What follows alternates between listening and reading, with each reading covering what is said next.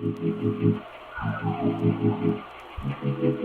we're going to talk about choosing your material and loading it onto our vinyl cutter. So we have a roll of blue vinyl, we have a roll of white. That's actually not the white vinyl, that's transfer paper. We're going to talk about that later. I also have a bunch of old sheets of vinyl from a vinyl cutter I have had at home.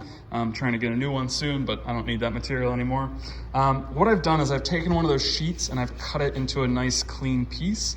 I took this edge off of it just because it'll be funky when we finally get to the vinyl cutter. It won't sense it as well. So I have this sheet of white vinyl and we're gonna talk about loading it up onto our vinyl cutter here. So when you get to the vinyl cutter, you just turn it on, make sure it's plugged in. You want it plugged into the machine as well as plugged into power. Carriage is gonna move if the carriage was all the way out there somewhere. It's just homing itself.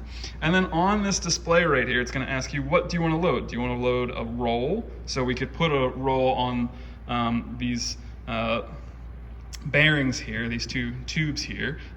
Or if we have a piece like I just showed you a second ago, what we can do is tell it, hey, we have a piece or a sheet of vinyl.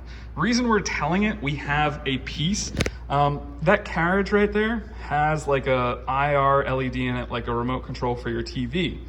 Those are sensors right there, those two rectangles.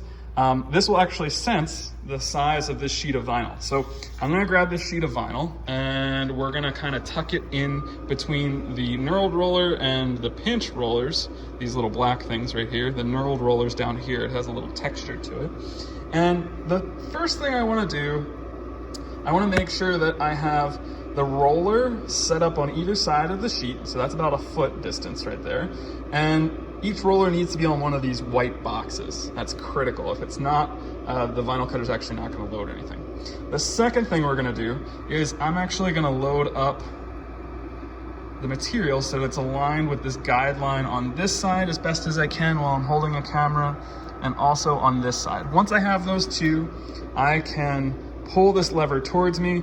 It's now pinched, it's not gonna go anywhere. And I can go back to my input display here, hit enter, and the carriage is gonna sense the size of the sheet of vinyl that we have.